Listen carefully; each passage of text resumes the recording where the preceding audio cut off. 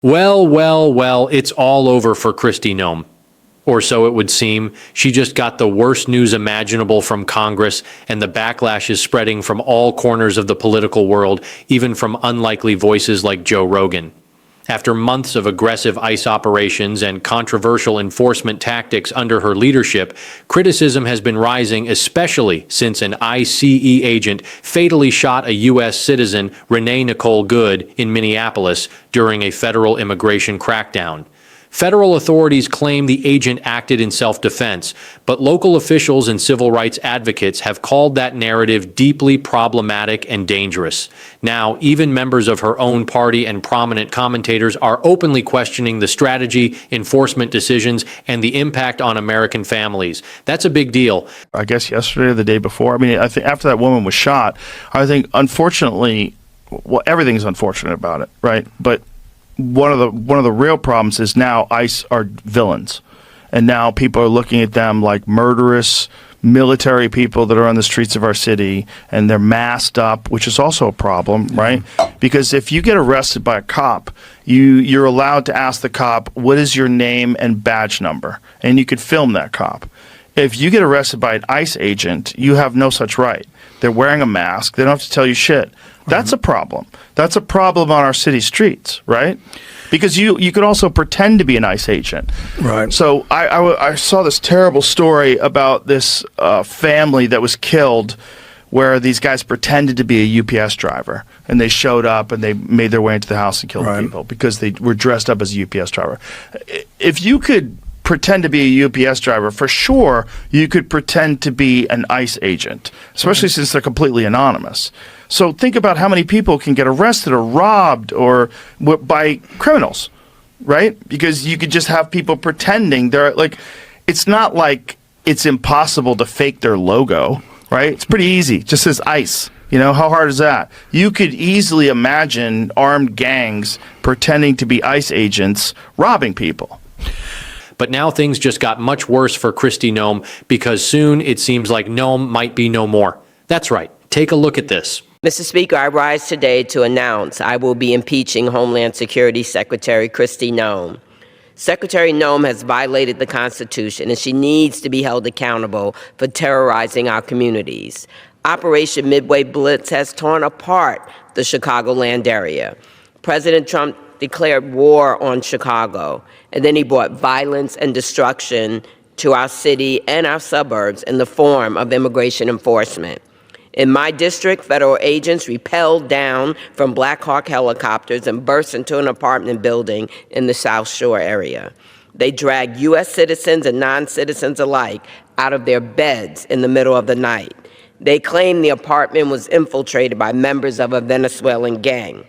I don't understand this president's obsession with Venezuela, but they did not arrest a single member from that gang. I visited that apartment building and saw firsthand the destruction those agents left. Doors to people's homes or apartments were kicked down. Belongings, including little kids' toys, were strewn about in the hallway.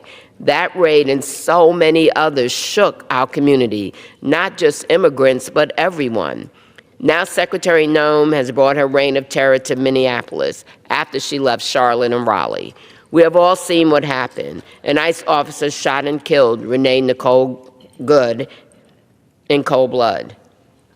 Without knowing any of the facts or an investigation, Secretary Noem lied about what happened. She called a beloved 37-year-old mom a domestic terrorist.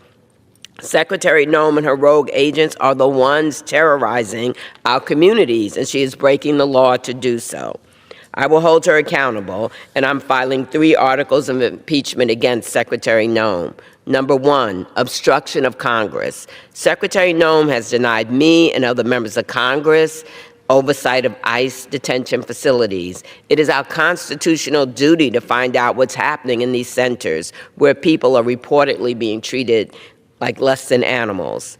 2, violation of public trust. Secretary Noem directed ICE agents to arrest people without warrants, use tear gas against citizens, and ignore due process. She claims she's taken murderers and rapists off our streets, but none of the 614 people arrested during Operation Midway Blitz has been charged or convicted of murder or rape.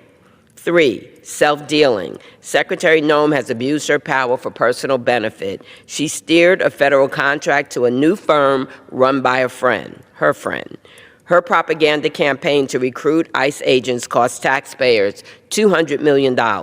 She made a video that turned the South Shore raid into something that looked more like a movie trailer. But make no mistake, this is not a movie. This is real life, and real people are being hurt and killed.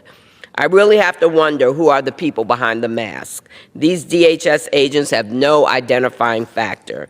From all their botched raids and officer-involved shootings, I have to ask, what is their training like? What is the vetting?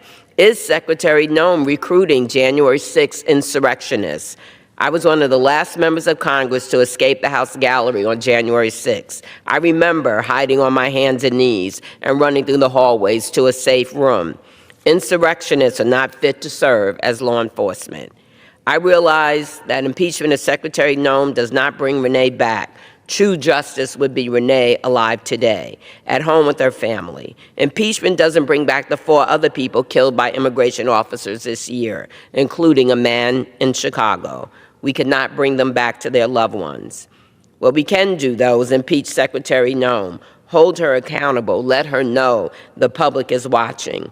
In this country, we do not kill people in cold blood without consequences. These are not policy disagreements. These are violations of her oath of office, and she must answer for her impeachable act.